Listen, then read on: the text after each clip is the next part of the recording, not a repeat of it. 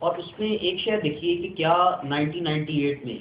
India کا blast کرنا، اور جب ہم اس کے اگینسٹ بلاسٹ کرتے ہیں تو ہمارا جو روایتی دشمن ہے کیا اس کا تاثر بدل نہیں جاتا؟ کیا وہ خطے میں ایک نئی ہوا کریٹ کرنے کی کوشش نہیں کرتا؟ اور یہ صرف اس لیے کہ وہ ہمیشہ سے، جب سے ہماری یہ کنٹری جو ہے یہ بھارت وجود میں آئی ہے، وہ ہمیں دھتکارتا آیا ہے، اور ایک شہر جو اکھنڈ بھارت کا خواب ہے وہ اس کو پورا کرنا چاہتا ہے۔ آپ اس سے آگے چلیے تو کیا شاید میں اگر پرسنالٹی کلیش کی بات نہ کروں تو کیا پریزیڈنٹ مشرف کا آگرہ سمٹ میں جانا اور پھر اس کے بعد وہاں جو ان کے پریزیڈنٹ کے ساتھ دوستی کا ہاتھ بڑھانا تو شاید ایک پازیٹیو انیشیٹ تو تھا ہمارا، لیکن کیا اس کے بدلے میں ہمیں دوستی دی گئی؟ پھر اگر آپ ان کی موویز کو، ان کے میڈیا کو آبزرو کریں تو وہاں پر ایک میجر ایلیمنٹ آپ کو جو دکھایا جاتا ہے، جو سمجھایا جاتا ہے، وہ دوستی کا نہیں ہے۔ وہ بنیادی طور پر ایک فاؤنڈیشن رکھی گئی ہے، اس شے کو آگے کریٹ کیا جا رہا ہے کہ آپ کو ایک ریئلائز کروا دیا جائے کہ وہ آپ کے ساتھ کہیں نہ کہیں کسی نہ کسی انداز میں آپ کی جڑوں کو کھوکھلا کرتا رہے گا۔ اور پھر اس میں ایک سٹیٹمنٹ جو کہ ہم پاکستانیوں پر اپنی گولیاں استعمال نہیں کریں گے، ہم ان کو میڈیا کی مار مار دیں گے، تو کیا اس ایک سٹیٹمنٹ میں آپ کو دوستی کا عنصر نظر آتا ہے؟ کیا کوئی دوست اپنے دوست کے لیے ایسے الفاظ استعمال کر سکتا ہے؟ تو ایک شے جو ہماری ینگ سوسائٹی کو اور اسپیشلی ہمارے امیٹینز کے دماغوں میں کلیئر ہو جانی چاہیے کہ ایک ہندو کبھی بھی ہمارا دوست نہیں ہو سکتا۔ اور اگر ہم ہسٹوریکلی مذاہب کی ہسٹری کو اٹھا کر دیکھیں تو آپ کو Islam from the day first نظر آتا ہے، آپ کو دیگر مذاہب نظر آتے ہیں، لیکن ہندو مت کی ہسٹری کوئی نہیں ہے۔ اور اس کے لیے اگر میں شدید سے شدید الفاظ بھی استعمال کروں تو شاید یہ غلیظ ترین مذہب ہے جو سیلف کریٹڈ ہے۔ اور اس کی کاز ایک یہ ہے کہ انڈیا اکھنڈ بھارت کے کانسیپٹ کو اگر ہم سائڈ پر چھوڑ دیں تو اسلام نے انڈیا کو جتنا تیزی سے ریبٹ کیا ہے کسی بھی اور مذہب نے نہیں کیا۔ جین مت آپ کو انڈیا میں کہیں بھی اب نظر نہیں آتا، بدھ مت جو بڑی تیزی سے ابھرا آج انڈیا میں آپ کو کہیں نظر نہیں آتا، لیکن اسلام اور مسلمان آج اکثریت آپ کو نظر آتی ہے، وہ لوگ جو دائرہ اسلام میں داخل ہو رہے ہیں۔ پھر اگر آپ اس ایک شہر کو بھی چھوڑیں تو کیا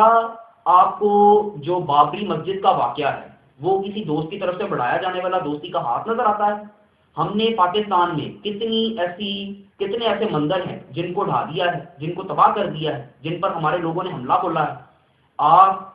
اس شہر کو چھوڑیے پھر آگے چلیے تو کیا مسلمانوں کے خلاف ایک ٹرین کو جلانا اور پھر اس کے اگینسٹ مسلمانوں پر انویڈ کر دینا، ان پر ایکشن کرنا، اور بعد میں جب انویسٹیگیٹ ہوتا ہے تو ان کے اپنے آرمی کے پرسونلز جو ہیں وہ اس میں ملوث پائے جاتے ہیں، تو کیا آپ اس ایک فرد واحد کو، ایک مملکت کو اپنا دوست گردانتے ہیں؟ اور کیا آج کے سناریو کا اگر آپ انالیسس کریں تو ممبئی کے اندر جو کچھ ہوا،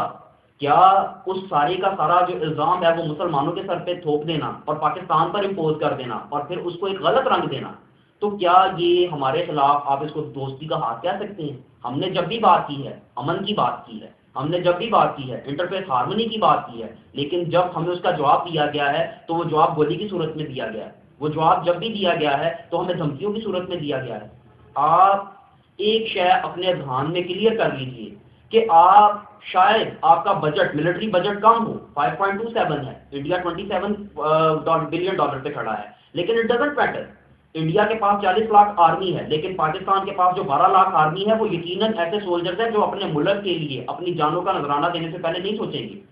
آپ ایئر فورس کا انالیسس کرتے ہوئے یہ کہتے ہیں جی کہ India second largest air force ہے، لیکن پاکستان کے جو ایئر فورس کے نوجوان آپ کو نظر آتے ہیں اس میں ایم عالم جیسی پرسنالٹیز بھی نظر آتی ہیں، جس نے ایسے ناگزیر حالات کے اندر بھی دشمن کے ساتھ ہنٹر پیاروں کو مار گرایا جب اس کے پاس کچھ نہیں تھا۔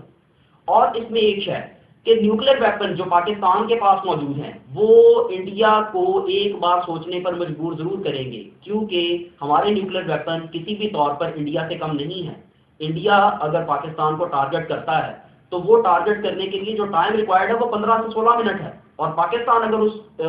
خبیث النفس مملکت کو ٹارگٹ کرتا ہے تو ہمیں صرف 6 یا 7 منٹ ریکوائرڈ ہے۔ اس کی وجہ یہ ہے کہ یہ ہمارے انجینئرز کی کاوش ہے، اور دشمن شاید اسی ایک شے کی وجہ سے ہم سے خوف زدہ ہے۔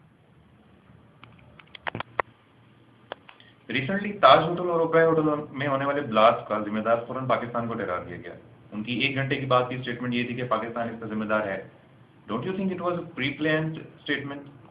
دیکھیں شہباز، جو سوال آپ نے کیا ہے کہ انڈین میڈیا نے جو ایک فوراً مورد الزام ٹھہرایا کہ پاکستان جو بلاسٹ ہوئے بمبئی میں اوبرائے ہوٹل پر اور تاج ہوٹل پر، تو اس میں پاکستان انوالو ہے، تو یہاں پر میں ہندو زونسٹ کا چہرہ جو مکروہ چہرہ ہے اس کو میں تھوڑا سا بے نقاب کرنا چاہتا ہوں کہ بنیادی طور پر یہ سارا سوانگ رچایا گیا ہے. یہ پری پلانڈ جو آپ نے بات کی ہے بالکل یہ پری پلانڈ تھا.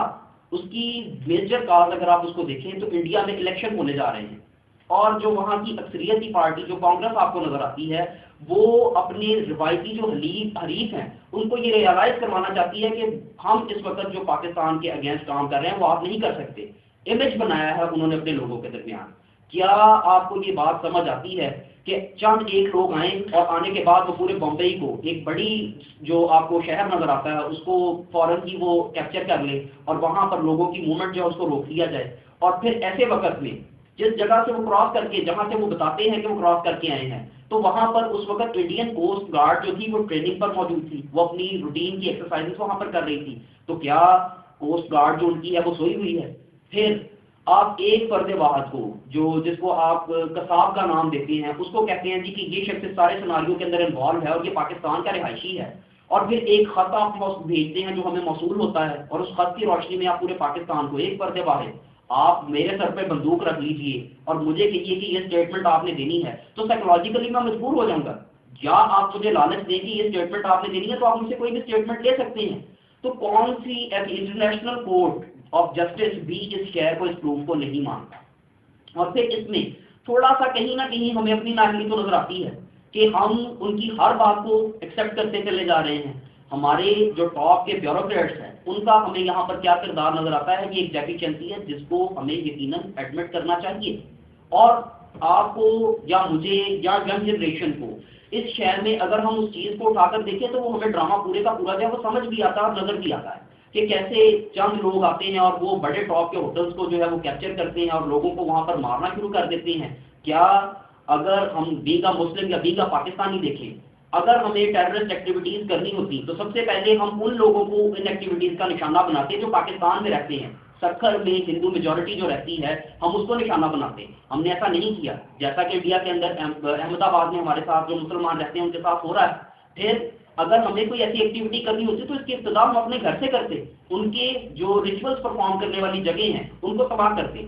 آج بھی اگر کوئی ہندو اس کنٹری کو بنے ہوئے اتنا عرصہ ہو گیا ہے، اگر وہ یہاں پر آئے تو آنے کے بعد وہ ان ساری چیزوں کو فائنڈ آؤٹ کر سکتا ہے، ان مندروں کو فائنڈ آؤٹ کر سکتا ہے جو اس کے دور میں بھی ہوں گے. لیکن اگر ہم یا ہمارے آباء و اجداد آج انڈیا میں جائیں تو انہیں وہ چیزیں مسمار ہوئی نظر آئیں گی، یا وہ مسمار ہوئی ہوں گی یا وہ آپ کو نظر ہی نہیں آئیں گی. تو یہ ایک ہندو زونسٹ کمیونٹی کا مکروہ چہرہ ہے کہ وہ نہ تو مسلمانوں کو نہ پاکستان کو ایکسیپٹ کرتے ہیں، اور اس قسم کی ایکٹیویٹیز وہ نیئر فیوچر بھی کرے گی. یہ تو ابتدا کی ہے انہوں نے، اور اس میں